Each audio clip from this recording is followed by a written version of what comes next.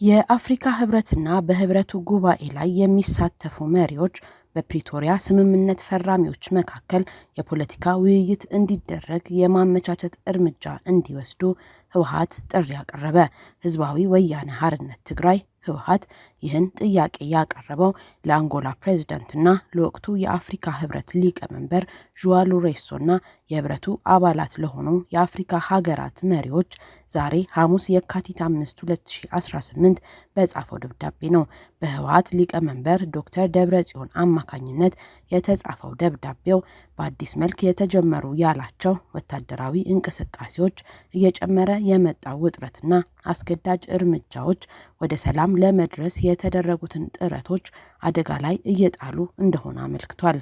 የአፍሪካ ህብረትና የጉባኤው ተሳታፊ መሪዎች የፊታችን ቅዳሜና እሁድ በሚካሄደው የህብረቱ ጉባኤ ላይ ሲሰበሰቡ በትግራይ ውስጥ በፍጥነት እየተባባሰ ባለው ሁኔታና በአጠቃላይ የኢትዮጵያ ሁኔታ ላይ ትኩረት እንዲያደርጉ ህወሓት አሳስቧል። በፕሪቶሪያው ግጭትን የማቆም ስምምነት ላይ የተጠቀሱ ቁልፍ ድንጋጌዎች ተግባራዊ የሆኑት በከፊል ብቻ እንደሆነ የገለጸው ህወሓት በአሁኑ ወቅት የሚስተዋሉ ወታደራዊ እንቅስቃሴዎችና ሌሎች ሁኔታዎች ወደ ሰላም ለመድረስ የተደረጉትን ጥረቶች በመቀልበስ አደጋ ላይ የሚጥሉ ናቸው ሲል በደብዳቤው አስፍሯል። የሲቪሎችን ህይወት የሚገድቡ ያላቸው የእንቅስቃሴ ገደቦች፣ የኢኮኖሚ ጫናና የፖለቲካ ማግለል በሰላማዊ ሂደት ላይ ያለውን እምነት የሚያዳክሙና ወደ ግጭት የመመለስ አደጋን የሚያባብሱ እንደሆኑ ዘርዝሯል። እንደዚህ ያሉ ተለዋዋጭ ሁኔታዎች የውስጥ መረጋጋትን ብቻ ሳይሆን የቀጣናውን ደህንነትና የአፍሪካን የግጭት አፈታት ጥረቶችም ስጋት ላይ የሚጥሉ መሆናቸውን ህወሓት በመግለጫው አመልክቷል። የፕሪቶሪያ የሰላም ሂደትን በበላይነት የመራው የአፍሪካ ህብረት ስምምነቱ ተግባራዊ እንዲሆን የፖለቲካና የሞራል ኃላፊነት እንዳለበት በመግለጽ የሚታይ ለውጥና ተአማኒነት ያለው ክትትል ከሌለ መተማመን ተሸርሽሮ የዳግም ግጭት አደጋዎች ይጨምራሉ ብሏል።